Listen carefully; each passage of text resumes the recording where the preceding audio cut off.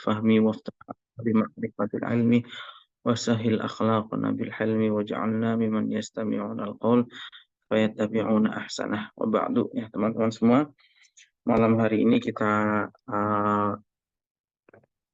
berada di pertemuan yang ke-8 ya, dari pembacaan kitab Rihlatut Tatarruf Minat Takfir ila Tafjir ya.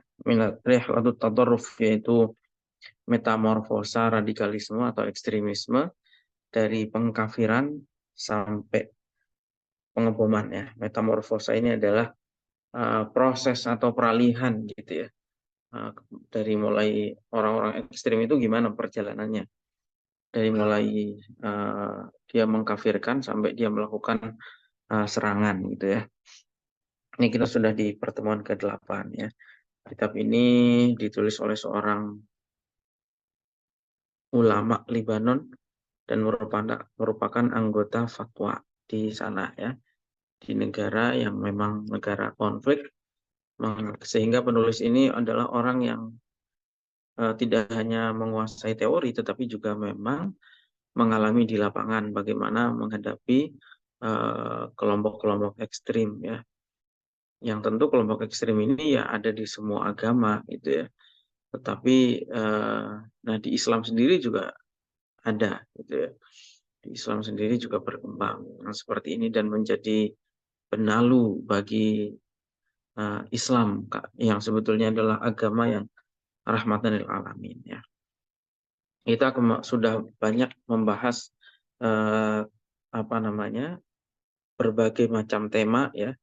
Kita sudah membahas soal definisi, sudah membahas soal sejarah, kemarin kita sudah membahas soal faktor ya. Dan sekarang kita akan membahas ciri-ciri ya. Tentu ada banyak teori ya, selain yang disampaikan oleh penulis kitab ini, juga di luar sana ada banyak teori terkait masalah ini ya. Terkait masalah ciri-ciri, terkait masalah faktor dan lain sebagainya itu. Ya, tapi yang jelas memang ini adalah satu hal yang memang sudah diwanti-wanti oleh Nabi ya, di warning oleh Nabi. Bahkan ketika Nabi itu masih ada ya, di warning oleh Nabi, misalnya dalam kisahnya Dzulkhuwaisirah, Nabi mewanti-wanti akan munculnya orang-orang yang seperti ini ya. Terus kemudian juga dalam satu hadis Nabi mengatakan iyyakum wal ghulu fiddin fa innahu ahlaka man kana qablakum al ghulu fiddin ya. Disuruh menjauhi ekstremisme beragama.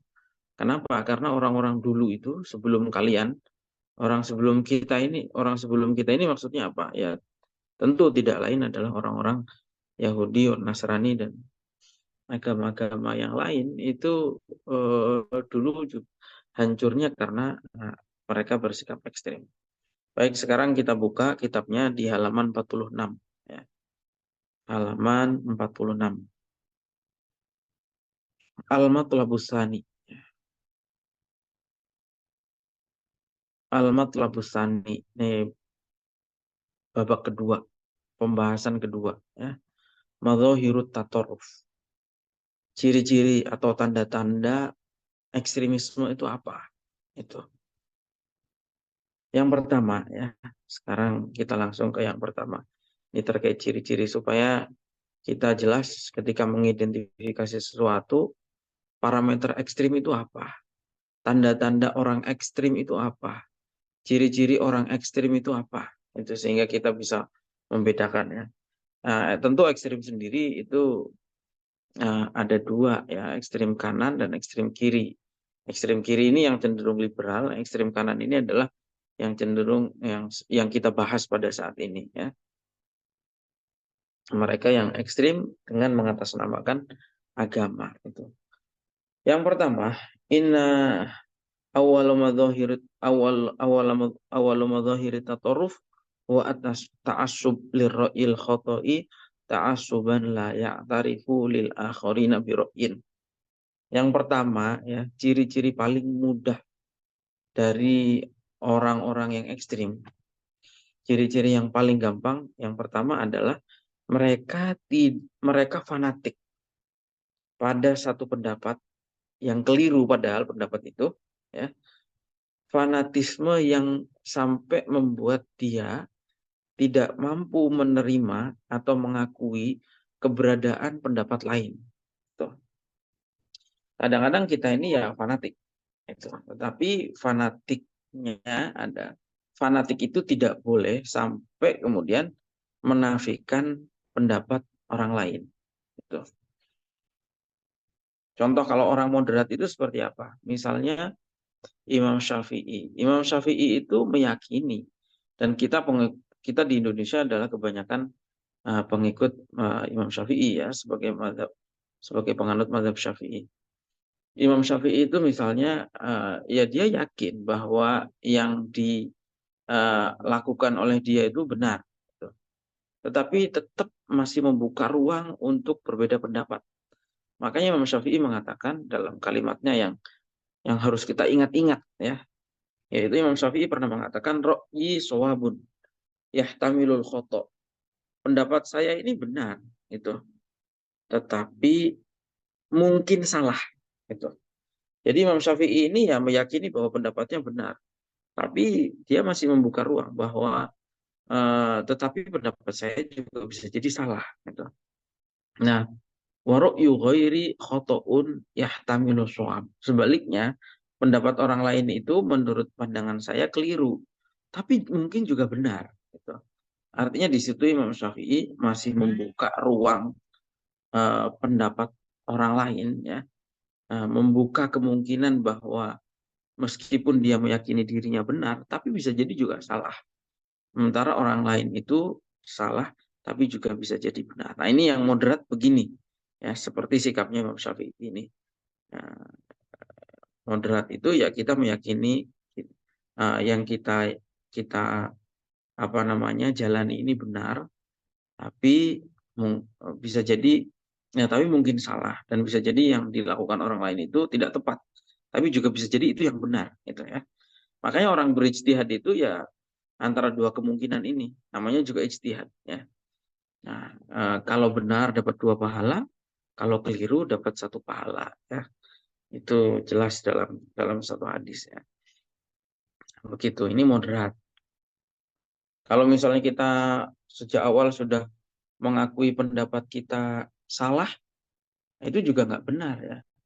Fanatik bahwa pendapat kita mesti benar, yang lain salah, itu juga nggak tepat.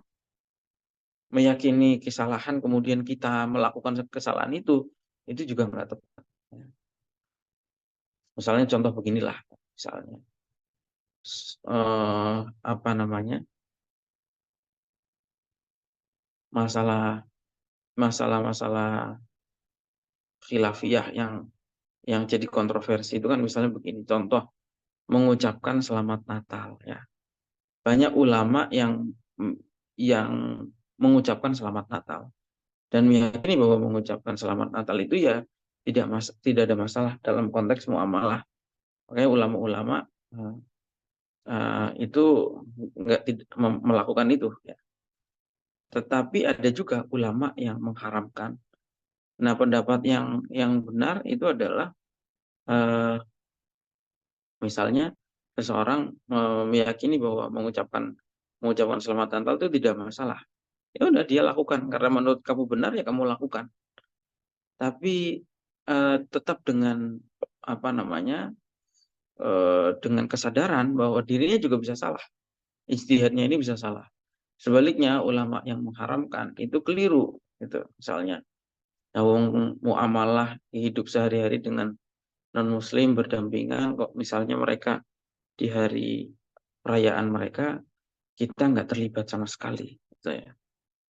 Nah itu kan menurut menurut ijtihadnya sebagian ulama mungkin keliru gitu, tapi juga tetap menyisakan ruang bahwa mungkin itu yang benar. Nah gitu ya, seperti itu.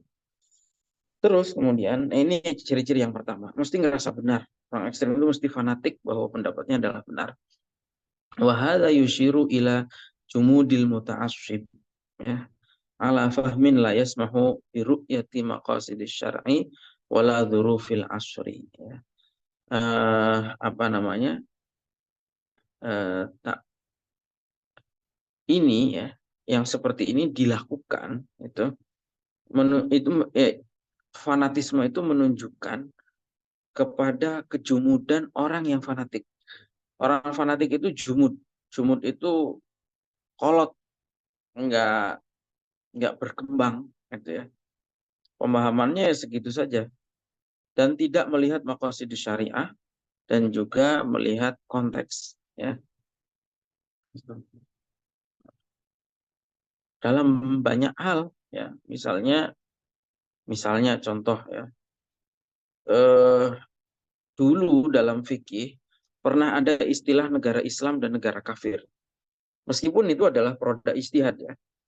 Kenapa dikatakan produk ijtihad? Karena sebetulnya Al-Quran, hadis sendiri itu nggak pernah menyebut istilah Darul Islam dan Darul Kufur, itu nggak ada. Itu istilah Darul Kufur, Darul Islam itu sebetulnya adalah ijtihadnya para ulama yang sesuai dengan konteks pada saat itu. Nah, misalnya ada orang zaman sekarang tetap kekeh menggunakan istilah Darul Islam. Padahal konteks sosial masyarakat sekarang sudah jauh berbeda. Konteks sosial, konteks politik zaman sekarang itu sudah jauh berbeda dengan zaman dulu. Zaman dulu bisa mungkin ketika masyarakat itu masih apa namanya masyarakat itu masih homogen, ya.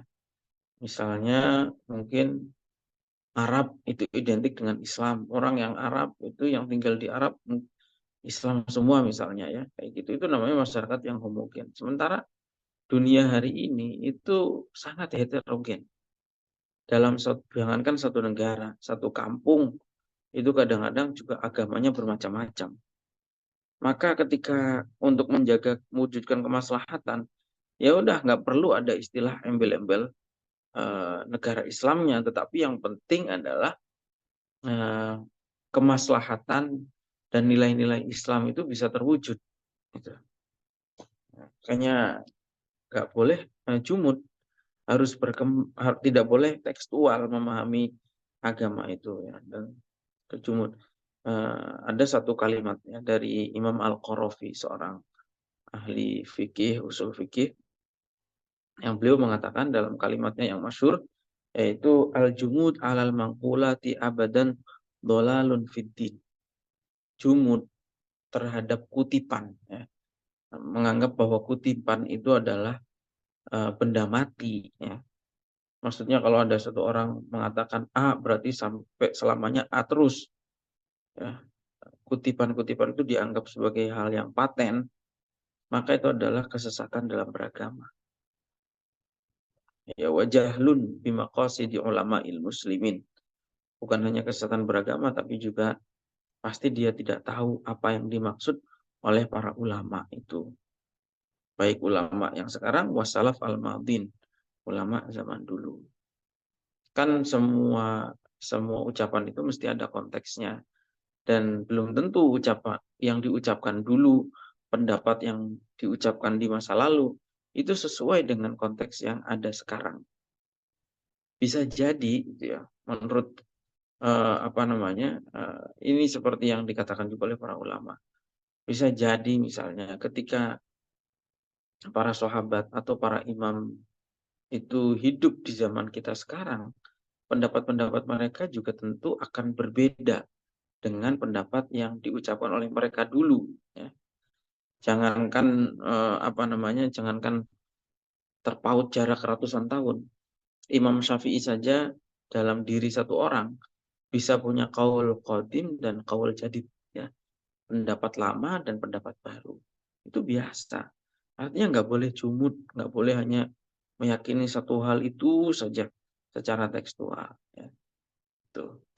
Dan orang-orang ekstrem itu fanatik, kenapa? Karena jumud pertama, ya. Dia tidak berkembang. Dia pokoknya sangat tekstual, letterlek, ya, dan saklek, nggak mau sama sekali. Contoh misalnya, seperti yang paling gampang dicontohkan seperti soal musik, misalnya. Musik itu hukumnya haram ketika pada masa itu identik dengan khomer dan perzinaan. Sementara musik-musik hari ini yang tidak identik dengan itu misalnya, ya kalau yang identik khomer perzinaan itu ya sampai kapanpun akan tetap haram. Tetapi misalnya ketika musik itu dinyanyikan atau diciptakan oleh musik-musik seperti yang diciptakan oleh Maher Zain misalnya. Isinya adalah untuk membakar semangat orang untuk kemerdekaan Palestina misalnya. Masa yang kayak gitu mau diharamkan? Itu sudah beda konteks.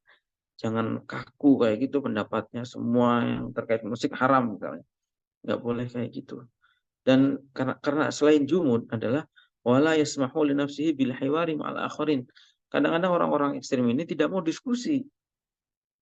Contoh seperti amirnya ISIS di Indonesia, namanya Aman Abdurrahman. Orangnya tidak pernah mau ketemu dengan orang lain. Diajak ngobrol orang yang punya pemahaman agama, dia mesti nggak mau ngomong. Gitu. Nah ini namanya menutup diri dari kebenaran. Padahal pendapat dia itu apa? Dia ini siapa? Zamannya para ulama-ulama mazhab aja mereka mau berdiskusi. Nah, dia ini siapa? Orang apa namanya?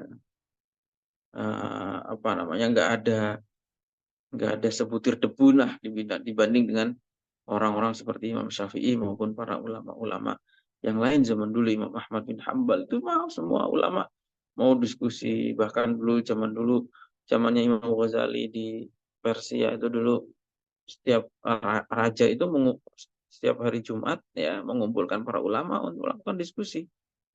Makanya kata Imam Malik mengatakan bahwa kullun minna yu'khadhu wa yuraddu illa sahibu hadzal qabr. Masing-masing dari kita ini sama-sama ulama, itu pendapatnya bisa diterima dan bisa ditolak. Gitu. Saya punya pendapat saya ini bisa silahkan diterima, tapi juga bisa ditolak. Semua bisa begitu, kecuali Nabi. Nah, kalau Nabi selesai. Kalau sudah Nabi selesai. Tapi sesama manusia, sesama ulama itu masih bisa didiskusikan semuanya gitu. Nah, ini orang-orang ekstrem ini nggak mau untuk diskusi karena menganggap bahwa dirinya itu sudah pasti benarnya itu, dan yang lain itu adalah sesat. Mesti begitu. Dan udah selesai ya. Dan orang-orang ekstrem ini adalah mereka yasmahu li nafsihi bil ijtihad fi adaqil qadaya walakinnahu la yujizu dzalika li ulama'il asri al mutakhassisin. Mereka itu seringkali tidak adil sikapnya. Karena apa? Karena ketika untuk dirinya sendiri boleh, tapi kalau untuk yang lain nggak boleh. Ijtihad. Contoh misalnya, orang lain pokoknya kalau nggak dilakukan Nabi semuanya bid'ah.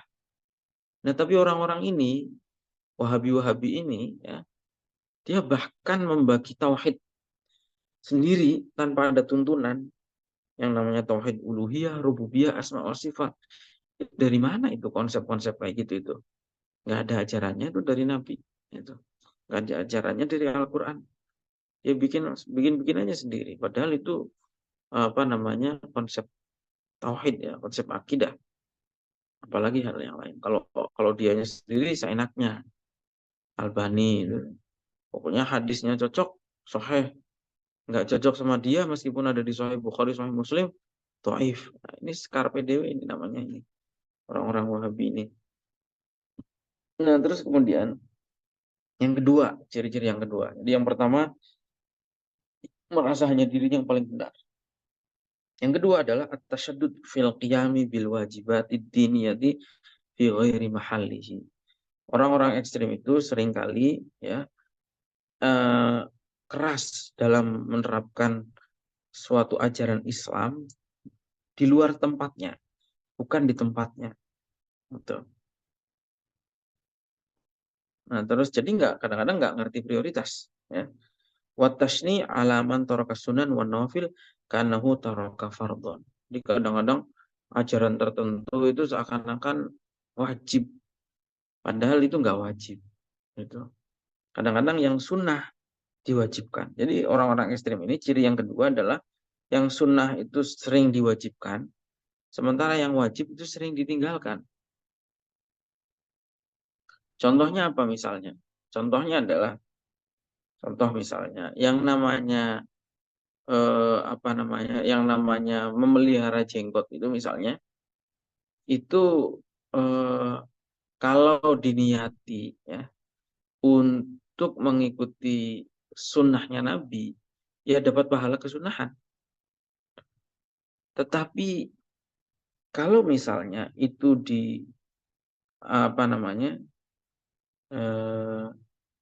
diwajibkan ya, misalnya yang sunnah ini, atau contoh yang lain yang kalau itu contoh yang paling gampang beginilah, sholat jamaah misalnya.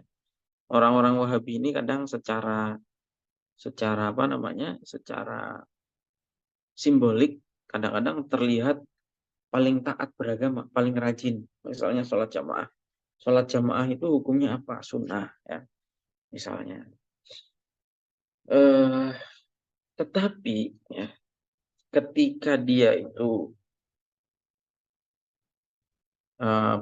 ketika dia itu sombong ya, atau merasa bahwa orang lain itu lebih rendah dari dia, itu hukumnya haram.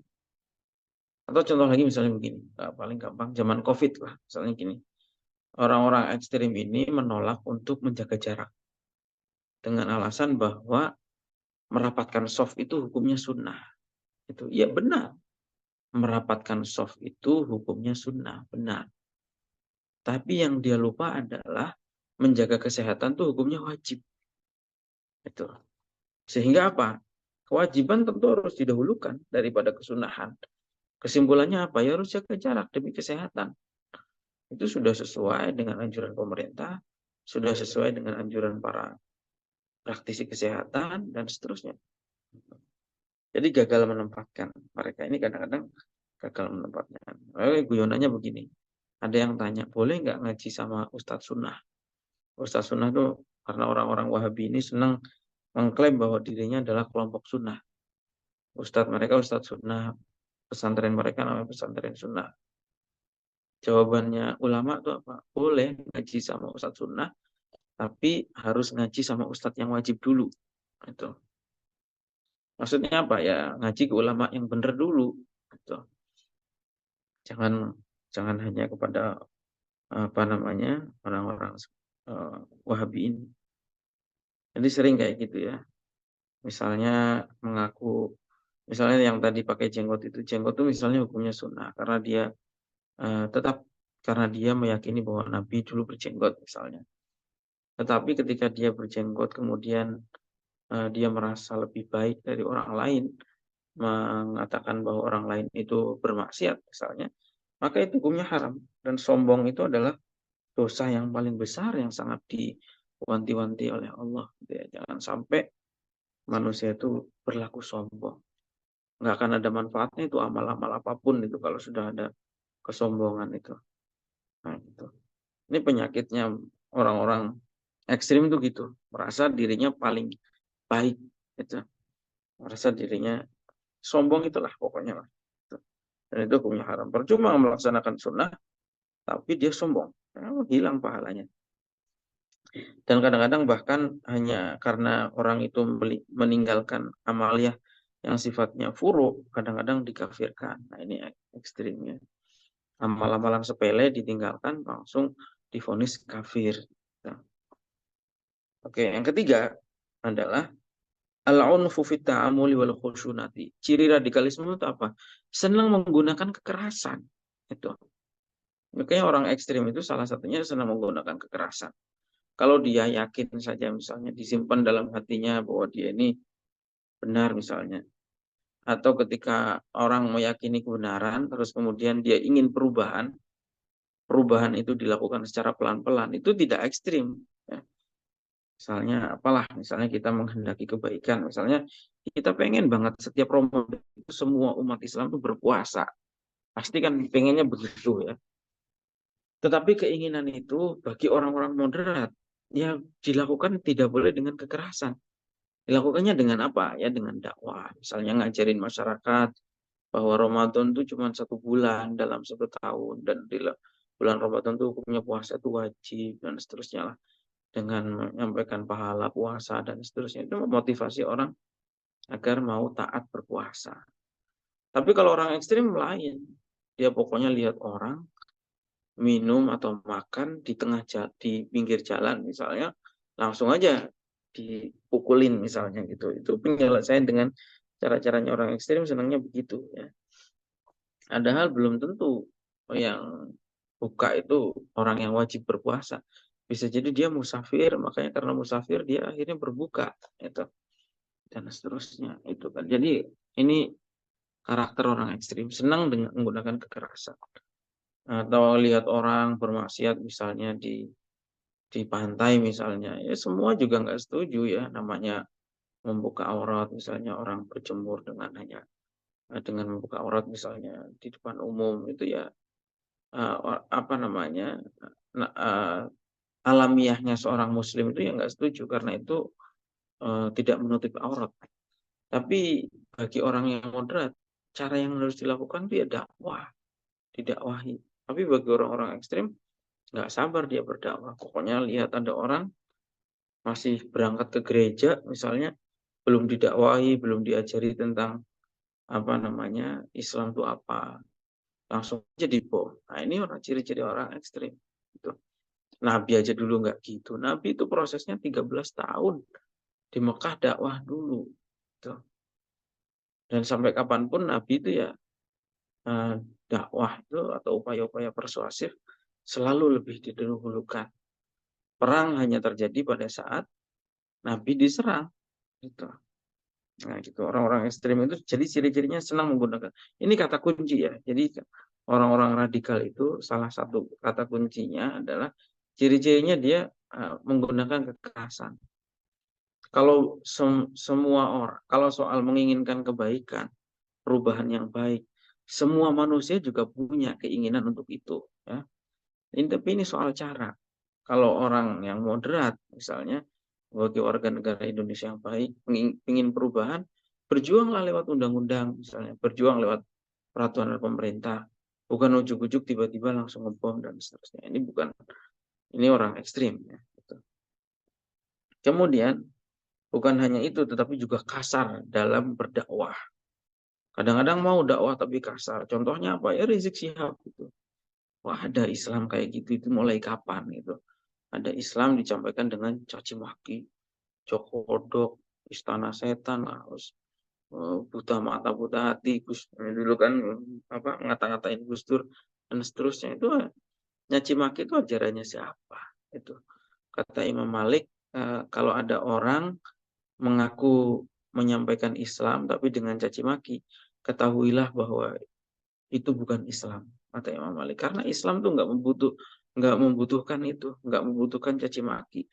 Kita menyampaikan kebenaran tuh ya dengan penuh percaya diri bahwa yang disampaikan itu adalah kebenaran. Kalau udah percaya diri ngapain pakai caci maki segala itu. Nah ini itu orang Indonesia ini yang aslinya Islamnya lembut ya, Islamnya tapi rusak semua gara-gara perilaku orang-orang seperti FPI ini. Sekarang apa namanya gara-gara Rizik ngajarin ceramah dengan caci maki, banyak sekarang orang-orang akhirnya ceramah juga gaya bahasanya kayak gitu. Nah itu wahada mimma yunafirun nas ghairul muntabina ilah. Dan ini adalah yang membuat orang tuh lari dari Islam. Gitu.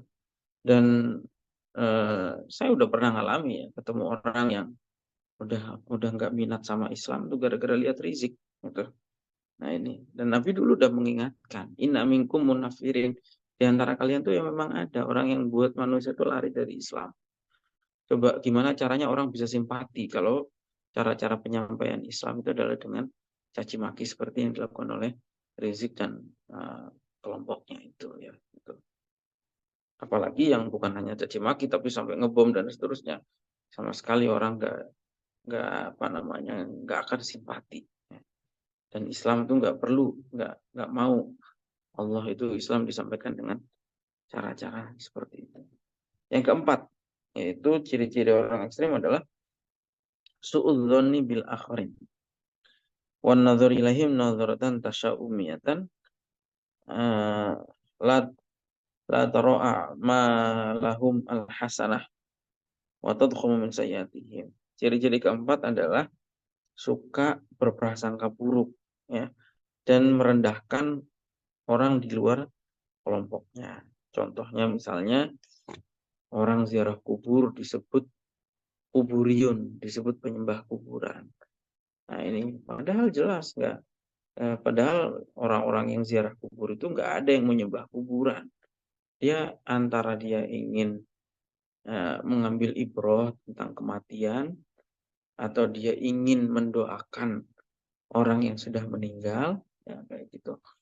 Kan nggak mungkin orang datang ziarah kubur terus nyembah kuburannya, kan nggak ada. Tapi orang-orang Wahabi itu kan senangnya ngata-ngatain orang yang ziarah kubur ini dengan sebutan kuburiyun atau penyembah kubur. Yang kelima adalah isqatu hurmatil akharin bistibahati dima'im wa amwalihim bighairi haq. Yang kelima, ciri-ciri orang ekstrim adalah dia dia menggugurkan atau dia menyepelekan atau mengesampingkan hak orang lain. Itu hak orang lain untuk berbeda dengan kita. Itu hak orang lain untuk tidak untuk mengikuti apa yang diyakini benar. Itu jelas ya, Al-Quran kan la ikraha fiddin, tidak ada paksaan dalam beragama. Kalau beragama aja nggak boleh dipaksa, apalagi mengikuti pendapat. Itu paksa, misalnya orang jelas ada orang kemarin bulan Maulid misalnya, ada banyak orang menyelenggarakan Maulid Nabi dan meyakini bahwa itu adalah amalia sunnah, karena itu adalah ekspresi kegembiraan atas kelahiran Nabi Muhammad. Sementara Wahabi ini datang, wah siapa yang melakukan Maulid Nabi itu musyrik, halal darahnya dan seterusnya. Nah, ini namanya orang ekstrim. Sampai masuk ke masjid kemudian rebananya mau dihancurin, itu kan ada ceritanya pada bulan Maulid kemarin. Ini contoh kelakuan orang-orang Wahabi ya. Terus kemudian yang keenam, al-manhaju ghairu daqiq fi tafsirin nusus. Rata-rata orang ekstrim itu jadi ekstrim, ciri-cirinya apa? Yaitu dia menafsirkan Al-Quran secara tidak sesuai dengan, secara tidak benar. Itu ya saya beberapa kali mencontohkan. Contohnya, wa tafsiruha bighairi ma'naha, menafsiri di luar pemaknaannya. Saya sering mencontohkan, paling gampang adalah soal ayat Al-Baqarah 207 itu ya. Wa minan nasi may yashri nafsahu ibtigha amradatillah. Yang ayat ini nggak ada hubungan sama sekali dengan orang-orang ekstrim itu memaknai ayat ini sebagai anjuran pembunuh diri. Ayat ini tuh tadi wa minan nasi may yashri nafsahu ibtigha amradatillah dimaknai sebagai anjuran pembunuh diri. Padahal ayat ini nggak ada kaitannya sama sekali dengan pembunuh diri. Kalau pembunuh diri itu ajaran Islam, ya dari dulu zamannya sahabat juga sudah ada yang melakukan seharusnya. Kan nggak pernah ada ceritanya. Gitu. Bahkan dia tidak melihat ayat-ayat yang lain. Bahwa di Islam itu jangankan membunuh, menghilangkan nyawa, baik nyawa sendiri atau orang lain, membahayakan diri saja, apapun yang dianggap membahayakan diri, itu dilarang. Ya, wala tulqu biaidikum ila tahlukah. Itu larangan untuk membahayakan diri, atau hadisnya la dororo wala diroro. Nah, ini kok sampai membunuh diri. Apalagi pembunuh dirinya yang dibunuh juga umat Islam. Seperti yang saya pernah cerita dialami oleh guru saya, yaitu Syekh Muhammad Said Ramadan Al-Buti. Kumpul di masjid, lagi ngaji, sholat jamaah, tiba-tiba datang pembunuh diri. Katanya itu ajaran Islam. Itu ajarannya setan ya. Nggak mungkin Islam mengajarkan perbuatan yang keji seperti itu. Wadamul iltifat ila asbabin nuzul. Nah, kadang-kadang orang-orang ekstrim itu nggak lihat asbabun nuzul. Seperti tadi, pembunuh diri. Padahal ayat tadi itu menerangkan tentang Suhaib Ar-Rumi ya, yang hijrah dari Makkah ke Madinah tanpa membawa harta bendanya. Tapi di mana itu untuk pembunuh diri. Wala syakka fi annal aib laisa fi nusus al-Qur'aniyah wal hadisiyah. Jelas ya. Wala syakka, enggak jelas bahwa kesalahan itu bukan di Al-Qur'annya. Ya sama sekali saya juga pernah menyampaikan ya. Enggak ada Al-Qur'an yang salah, itu enggak ada. Al-Qur'an yang ekstrim itu sama sekali tidak ada. Hadis yang radikal itu sama sekali tidak ada. Ya, seperti juga dikatakan dalam Al-Qur'an. Iz kullu hadhihi nusus sahihatul ma'ani salimatul mabani. Kalau Al-Qur'an mesti benar. Hadis itu mesti benar, ya. Tad'u ilal huda wal haq, mengajak pada hidayah dan kebenaran. Walakinnal aib fil mutatarrifin al mutahawwirina al mujazifina alladzina yahjumuna 'ala nusus liwad'iha fi ghairi mawadhi'iha. Kesalahannya itu ya ada di kelompok-kelompok ekstrim yang memaknai ayat, memaknai hadis dibelokkan seenaknya sendiri. Tuh. Dimaknai pokoknya sekarpe pengennya apa dimaknai sesenangnya dia. Nah, itu ya. Ini yang salah adalah orang-orang ekstrimnya. Makanya bedakan. Al-Quran itu adalah wahyu. Pasti benarnya. Itu sumbernya dari Allah. Sementara pemaknaan atau tafsir itu sumbernya adalah dari akal manusia. Belum tentu benar. Nah, seperti itu. Jadi kita bedakan antara Al-Quran dan tafsir. Apalagi terjemahan. Ya. Saya paling apa namanya apa ya? Ya merasa sangat nggak cocok gitu ya ketika ada orang bilang Al-Qur'annya sudah jelas kok gitu. Sering begitu kan memaksakan pendapatnya dengan mengatakan bahwa pendapatnya itu adalah Al-Qur'an. Al-Qur'annya jelas kok. Nah, kalau Al-Qur'annya jelas ulama dari dulu nggak perlu nulis kitab tafsir. Nggak ada, nggak boleh klaim pemaknaan tunggal seperti itu. Kecuali pada ayat-ayat yang memang sudah qat'iyud dilalah. Nah, ulama itu bisa sampai berbeda pendapat. Ulama ini memaknai ayat ini begini, menurut ulama yang lain begini. Itu kenapa? Karena memang kebenaran pemahaman manusia itu relatif. Dan nggak bisa hanya berdasarkan. Itu kan yang sering melakukan gitu kan orang awam. Al-Qur'annya jelas kok. Misalnya Al-yawma akmaltu lakum dinakum ayat ini. Islam sudah sempurna, nggak boleh ditambah-tambahi. Itu nggak lihat ayat itu maknanya apa menurut para ulama mufassir. Itu.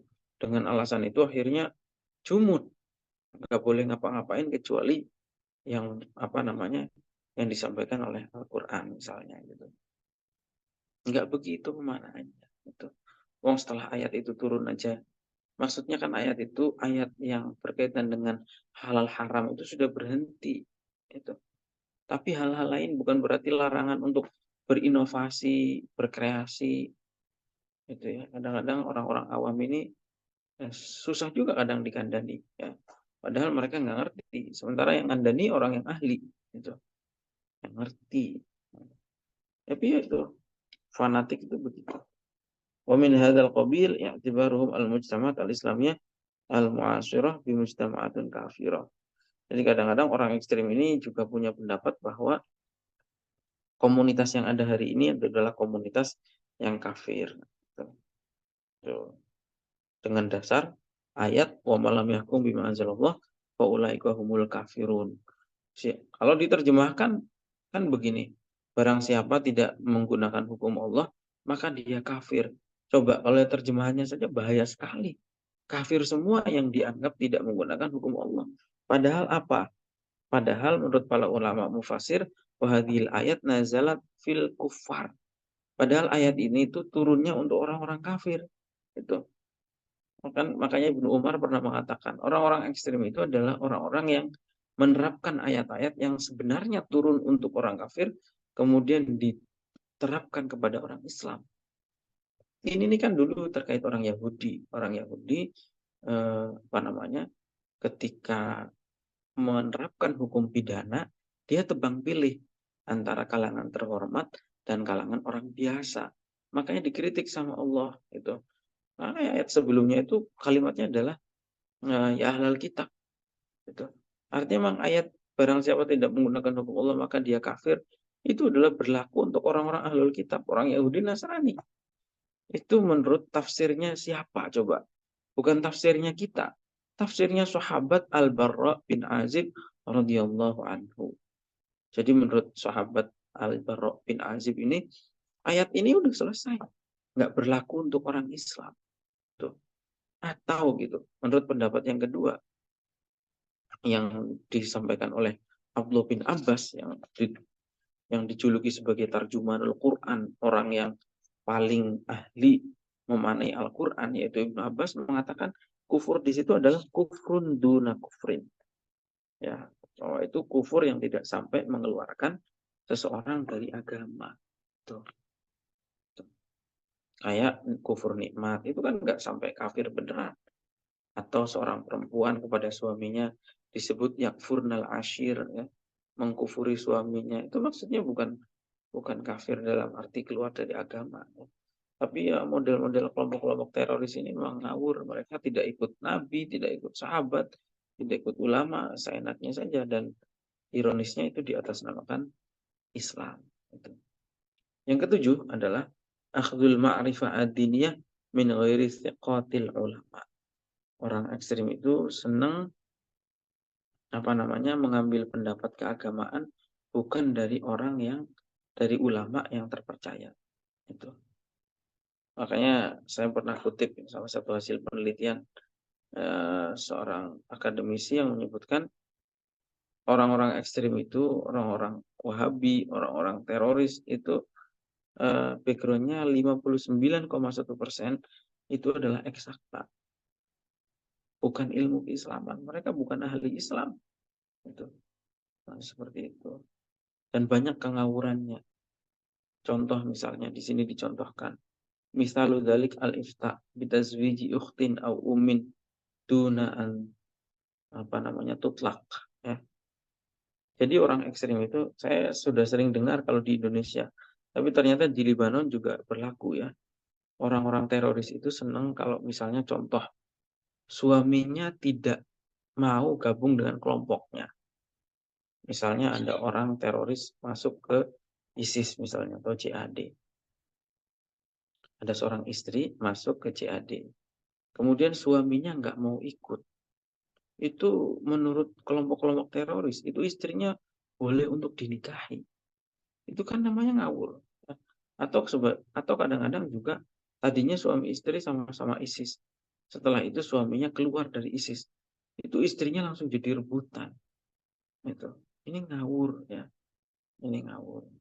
Padahal kan selama belum ditolak, ya statusnya masih istri orang, nggak boleh dinikahi. Kalaupun ditolak juga ada masa iddahnya. Tapi ya teroris-teroris itu memang nggak punya ilmu, ya. Seenaknya saja dia, ya, berlaku itu, melakukan sesuatu itu ya seenaknya aja. Yang kedelapan, salah satu ciri ekstrim adalah at-ta'atul mutlaqah li amiril jamaah, taklid buta kepada amirnya, padahal amirnya nggak punya ilmu. Yang kesembilan adalah al-uzlah anil mujtama, menjauhi komunitasnya. Gitu. Nah, ini yang disebut eksklusif, ya. Itu menganggap bahwa komunitasnya ini sudah dipenuhi kemungkaran, nggak boleh bergaul dengan tetangga, dan seterusnya, karena menganggap ya, tetangga-tetangganya ini orang-orang ahli mungkar. Gitu.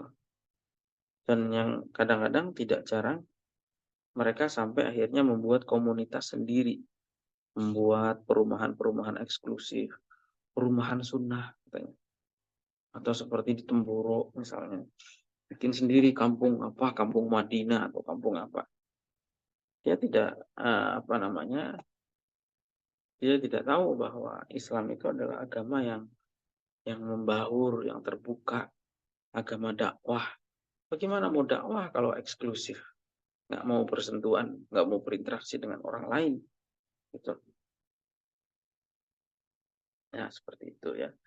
Bahkan ya, bahkan yang lebih parah lagi adalah konsep al-wala wal bara yang pernah saya singgung, ya, dan bahkan itu nambah-nambahin sendiri aja itu.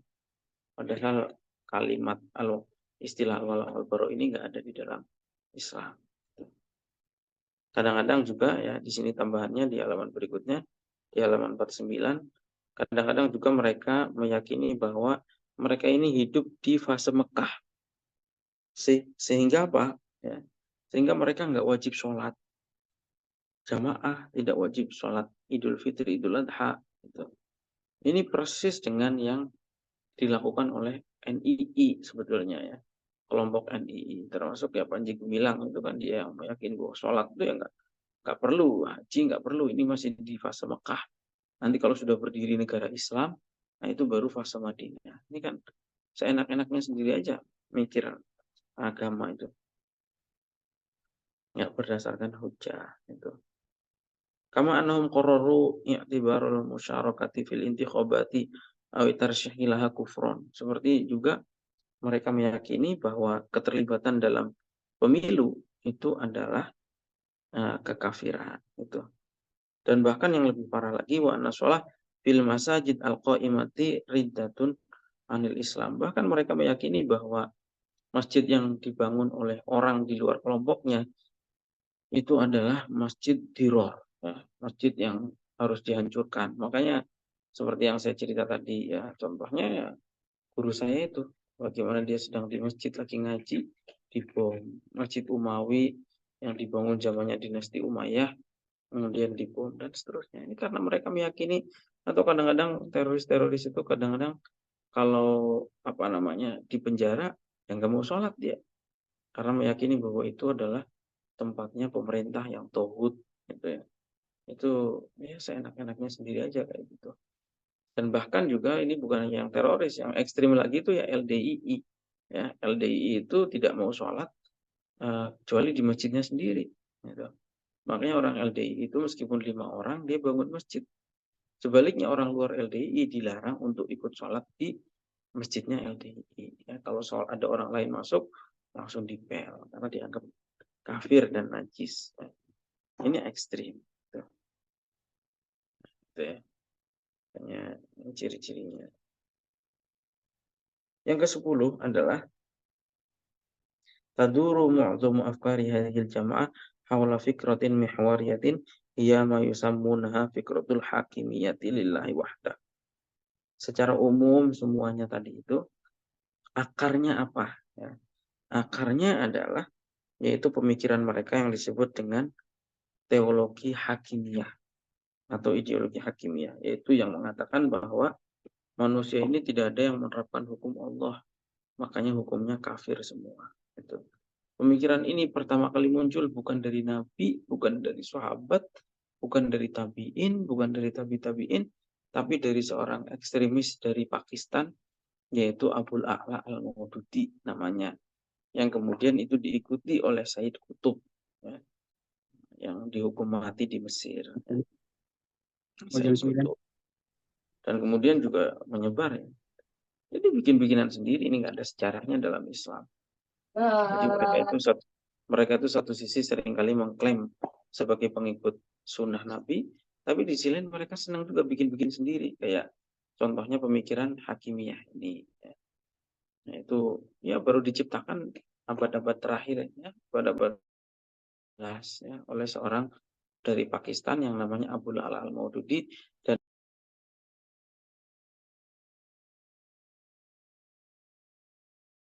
ya, Said Qutb dari Mesir. Nah gitu ya, mereka ngarang-ngarang sendiri dan itu kemudian menyebar kemana-mana. Gitu. Dan walaqad dhahaba kullu fariqin min haula'i ila i'tibari jama'atihi law kanat asyratan aw 20 annaha hiya jama'atul muslimin. Mereka ini juga senang mengklaim ya, kelompoknya ini meskipun hanya 10 orang diklaim bahwa ini kami umat Islam. Jama'atul muslimin. Ini adalah jamaahnya orang Islam. Sementara orang lain yang tidak masuk ke dalam kelompoknya disebut orang kafir. Makanya orang-orang ekstrim di Indonesia juga senang begitu ya. Ini aksi bela Islam. Ini pemerintah anti-Islam. Anti-Islam gimana? Pemerintahnya Islam semua. Gitu. Ini terjadi kriminalisasi ulama. Senang mengeneralisir begitu. Ya. Sampai kelompok-kelompok teroris itu sampai menamakan dirinya senang Jamaah Islamiyah atau JI. JI ini bukan hanya di Indonesia. Ya.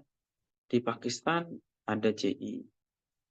Di Mesir ada JI, ya, di Asia Tenggara termasuk Indonesia ada JI. Itu nggak terhubung sebetulnya ya. Nah, mereka berdiri sendiri-sendiri. Tapi masing-masing mengklaim bahwa mereka ini yang paling Islam.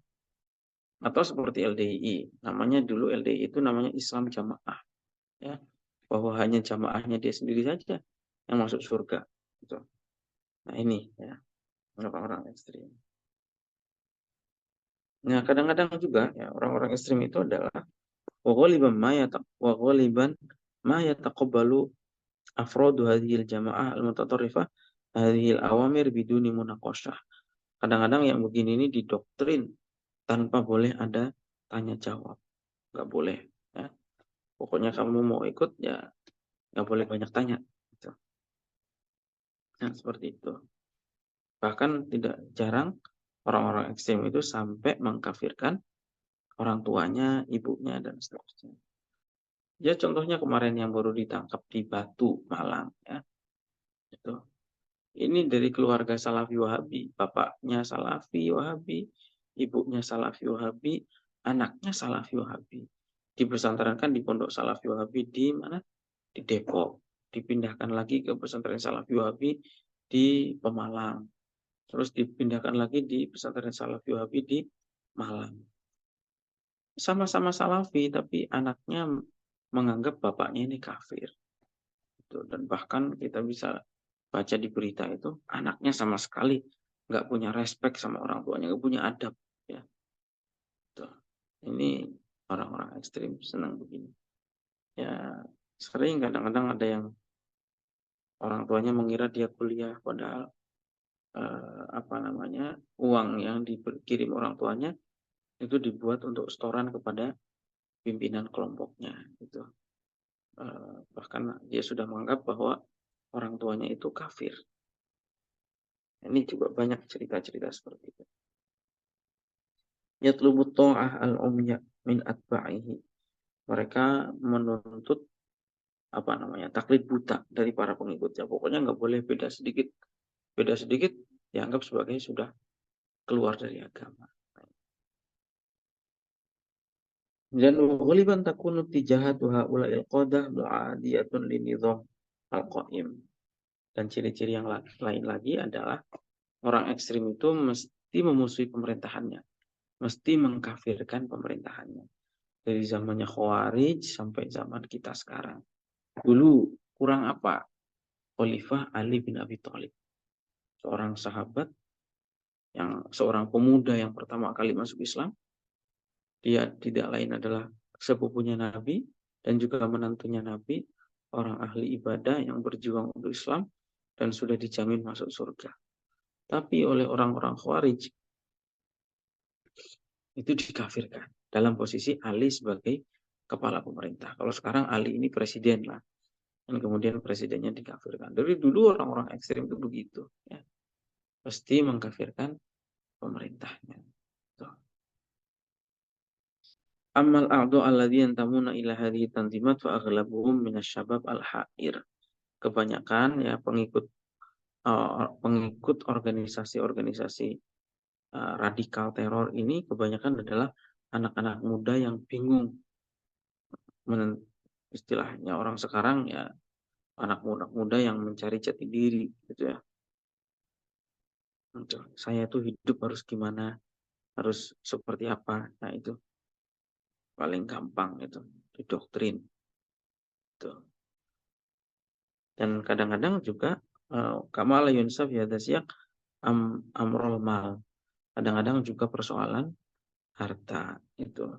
Meskipun nggak mesti ya, gitu. Tapi kadang-kadang ada persoalan harta juga. Gitu.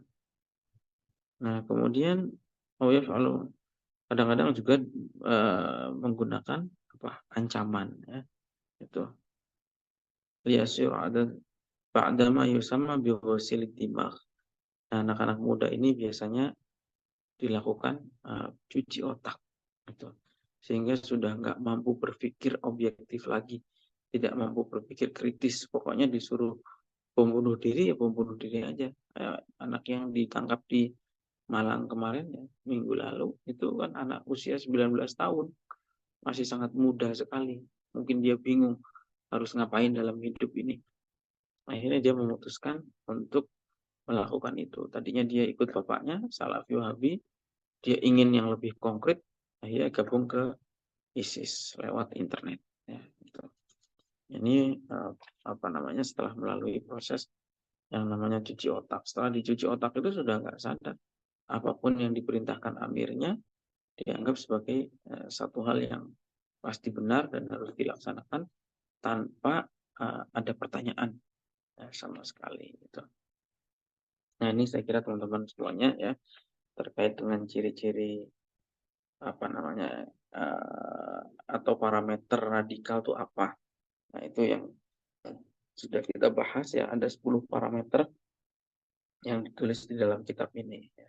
Dan saya kira fenomena yang dialami oleh penulis ini di Libanon, ini juga kondisinya nggak terlalu jauh berbeda dengan yang kita hadapi di Indonesia. Mungkin hampir persis sama lah ya. Tuh. Sehingga ya dengan harapan kita bisa menjauhi perilaku-perilaku seperti ini. Kalaupun misalnya di tengah-tengah lingkungan kita ada, berarti kita harus antisipasi ya. Gitu. Dan kita harus dakwahkan agar supaya tidak ada orang yang masuk ke dalam lingkaran-lingkaran yang seperti ini. Itu saja ya teman-teman semuanya untuk malam hari ini. Silakan apabila ada hal-hal yang ingin disampaikan, pertanyaan atau lain-lain sebagainya, silakan. Ini ada yang di chat ya. Terkait Ali Imran telah bertaubat, jika dipetakan kembali apakah benar dia dan kelompoknya dulu terpengaruh ideologi manhaj Wahabi dan Ikhwanul Muslimin. Oh ya jelas. Itu sudah saya konfirmasi kepada yang bersangkutan. Dulu apa namanya? Saya udah diskusi cukup banyak ya sama Ali Imran itu.